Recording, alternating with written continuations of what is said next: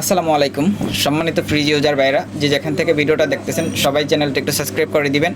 আজকে আমি এই ফ্রিজের যে প্রবলেমে আসার পরে যে প্রবলেমটা পেয়েছি, এই প্রবলেমটা হচ্ছে এই ফ্রিজের কম্প্রেসারটা কিছু সময় চলে, তারপর হচ্ছে যে অটোমেটিক বন্ধ হয়ে যায়।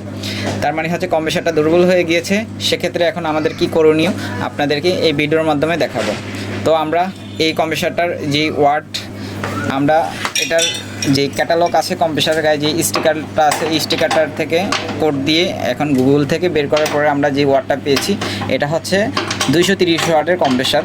সচরাচর সব জায়গায় 230 ওয়াটের কম্প্রেসার পাওয়া যায় না, সরাসরি এগুলো কোম্পানি থেকেই আনতে হয়, আর না হয়তো কাউকে অর্ডার দিতে হয়। তো আমি আজকে যে ব্র্যান্ডের কম্প্রেসারটা চেঞ্জ করব, এটা হচ্ছে বর্তমানে ফ্রিজের সাথে যে কম্প্রেসারটা আছে, এই কম্প্রেসারটা হচ্ছে জিএমসিসি কম্প্রেসার। তো এখন হচ্ছে জিএমসিসি কম্প্রেসার যেহেতু মার্কেটের ভিতরে ফ্রিজেরটা পাওয়া যায় না এত ওয়াটের, তো এখন হচ্ছে আমি একটা ডনপার কম্প্রেসার লাগাবো 134-এর। তো আগে যে কম্প্রেসারটা ছিল এটা হচ্ছে যে 600 নাম্বার গ্যাসের। তো আজকে আমি যে কম্প্রেসারটা আনছি এটা হচ্ছে 134-এর। তো এখন লাগানোর পরে কি অবস্থা আপনারা সবাই ভিডিওটা দেখতে থাকুন। আমরা যেহেতু ফ্রিজের কম্প্রেসারটা চেঞ্জ করতেছি, পাশে যেই ওয়াটার ট্রেতে যে পাইপগুলো আছে এই পাইপগুলোর অবস্থা বাজে অবস্থা হয়ে গিয়েছে, কারণ দীর্ঘদিন যাবৎ ফ্রিজটা চলেছে। তো এখন যদি আমি এই পাইপগুলো চেঞ্জ করে না দিই, সেক্ষেত্রে কম্প্রেসার লাগিয়ে যাওয়ার কিছুদিন পর হয়তো লিকেজ প্রবলেমটা দেখা দিতে পারে। তার জন্য হচ্ছে যে এই পাইপগুলো এখন আমরা চেঞ্জ করে দিব। তো কিভাবে চেঞ্জ করি আপনারা দেখতে থাকুন।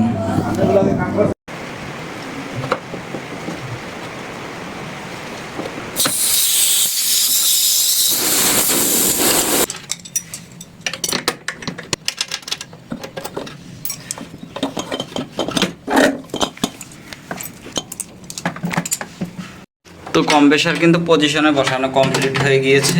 তো এখন হচ্ছে যে আমরা এই পাইপগুলো কানেকশন করব, জ্বালাই করব। আর এর ভিতরে হচ্ছে পানি শুকানোর জন্য হচ্ছে আগে লোয়ার পাইপ ব্যবহার করা ছিল। তো লোয়ার পাইপগুলো হচ্ছে যে জং ধরে গেছে, এই যে জং ধরে যাওয়ার কারণে আমরা হচ্ছে যে চেঞ্জ করে দিলাম। দেখা গেছে কম্প্রেসারটা চেঞ্জ করে যাবো, এখন কিছুদিন পরে আবার লিকেজ প্রবলেম দেখা দিতে পারে। তো লিকেজ প্রবলেম যাতে না হয় সেক্ষেত্রে কিন্তু আসলে যে পাইপগুলো আমাদের চেঞ্জ করা হয়েছে আর কি, আমরা চেঞ্জ করে দিয়েছি নিজের থেকে আর কি। 1 ফিট পাইপের দাম বর্তমানে 60 টাকা আর কি। তো ওইটার চিন্তা না করে আমরা আসলে চেঞ্জ করে দিলাম আর কি। এখন হচ্ছে যে এই ট্রেটা বসো।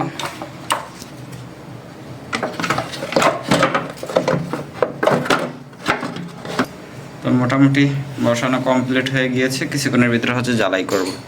তো কীভাবে জ্বালাই করি আপনারা দেখতে থাকুন, আর কীভাবে গ্যাস ভরি সমস্ত সব কিছু এই ভিডিওর মাধ্যমে দেখাবো।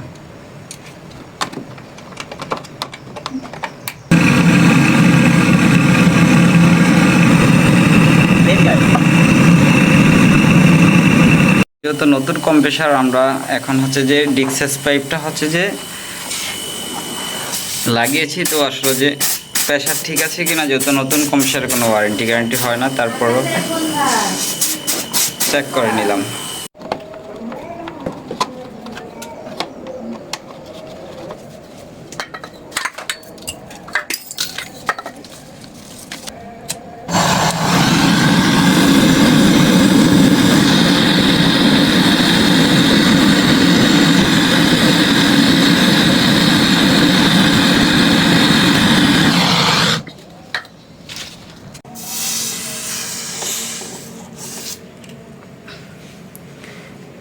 আমরা কিন্তু এটা যে ফ্রিজের বডির ভিতরে হচ্ছে যে মানে যে জিআই পাইপ ব্যবহার করা হয়েছে। তো এখন হচ্ছে জিআই পাইপের সাথে হচ্ছে যে আমরা যেহেতু ট্রের পানিটা শুকানোর জন্য আগে লোয়ার পাইপ ছিল, এখন হচ্ছে যে কপারের দিয়ে দিয়েছি।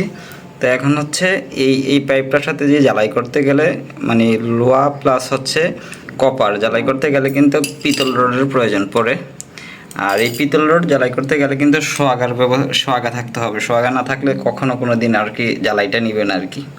তো আমাদের জ্বালাইটা কমপ্লিট হয়ে গেছে, আবার ফ্রিজটা চালাও। তো এখন হচ্ছে যে এই ডিক্সেস পাইপটা দিয়ে ট্রে হয়ে তারপর হচ্ছে যে কন্ডেন্সারের যে বডি গরম হয় ওই পাইপ ঘুরে তারপর হচ্ছে এই যে সাকশন পাইপ দিয়ে ঘুরে আসবে।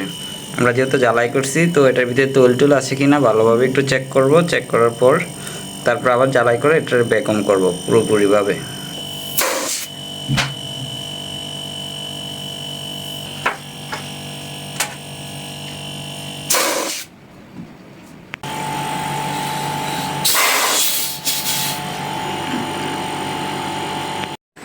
তো আমাদের কিন্তু কম্প্রেসার লাগানো কমপ্লিট হয়ে গিয়েছে।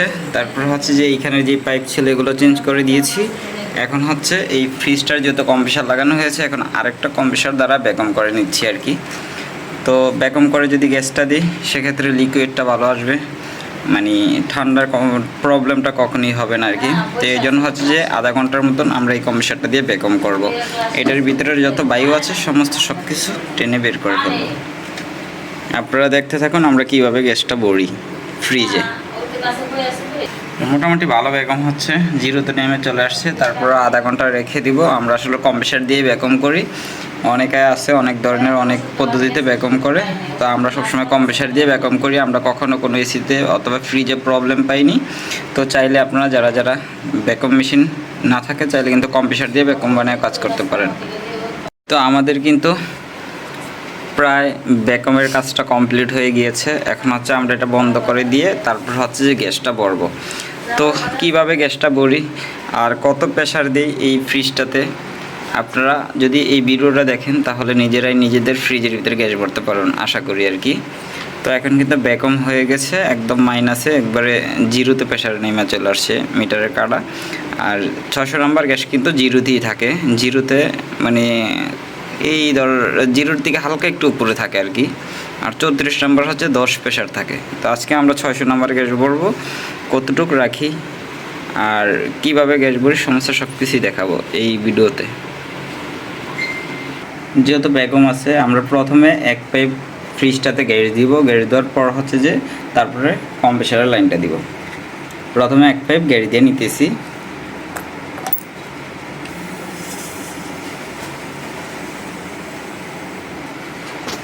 অনেকেই আছে বুলগুলো করে, অনেকে আছে এই সিলিন্ডারটা উপর করে ফ্রিজে গ্যাস দেয়।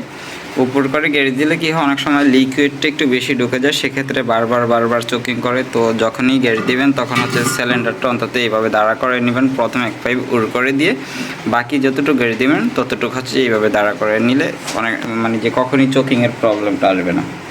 তো আমরা মোটামুটি 25-এর মতো দিয়ে দিয়েছি, 25-30-এর মতো প্রেশার দিয়ে দিয়েছি।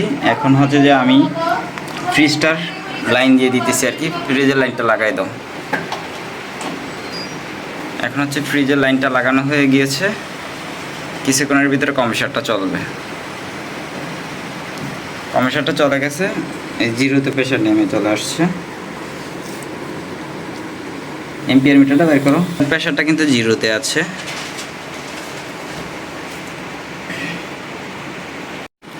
যেহেতু 600 নম্বর গ্যাস তার জন্য জিরোতেই প্রেশারটা রাখতে হবে।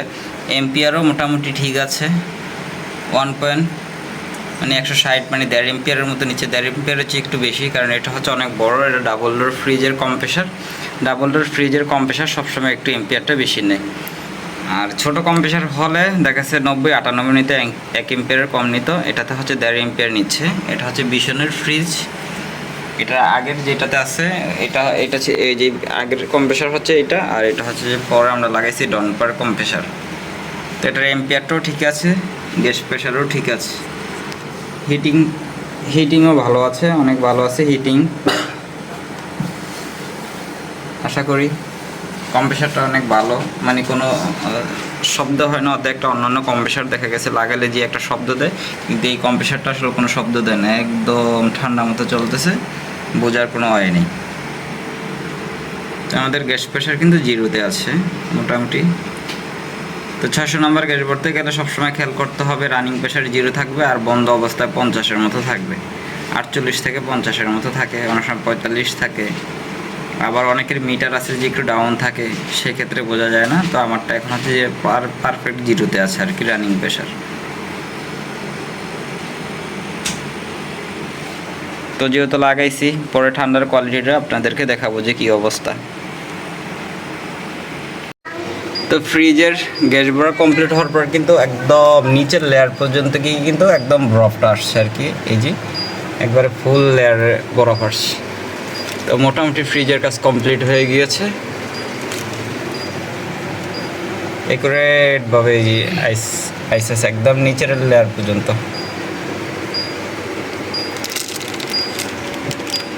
আমাদের কম্প্রেসার লাগানো কমপ্লিট হয়ে গিয়েছে। তো এখন হচ্ছে যে আমরা গ্যাস পাইপ সমস্ত সব কিছু খুলে দিয়েছি। তো এখন হচ্ছে যে আমাদের যাওয়ার পাল্লা, এটা লাগাই দাও, ঘুরাও ঘুরাও ঘুরাও। ওই যে লক আছে।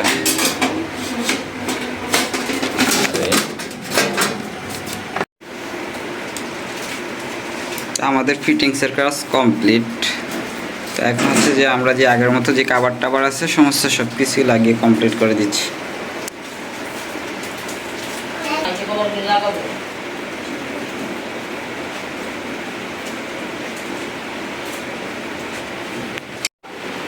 ফ্রিজের কাজটা কমপ্লিট করে ফেলেছি। তো অনেকেই আছেন বড় বড় ফ্রিজের কাজ করাতে গেলে সঠিক টেকনিশিয়ান পান না। সেক্ষেত্রে যারাই প্রবলেমে পড়ুন না কেন, অবশ্যই আমাদের হোয়াটসঅ্যাপ নাম্বারে যোগাযোগ করবেন। আমরা যে কোনো ধরনের ইনভার্টার, নন ইনভার্টার, ফ্রিজ অথবা এসির রিপেয়ারের কাজগুলো সবসময় গ্যারান্টি সহকারে করার চেষ্টা করি। আর আমাদের কাজের কোয়ালিটি যদি আপনারা না দেখেন তাহলে কখনোই বুঝবেন না। আমরা যে কোনো ধরনের কাজ অন্তত 6 মান্থের ওয়ারেন্টি দিয়ে করে থাকি।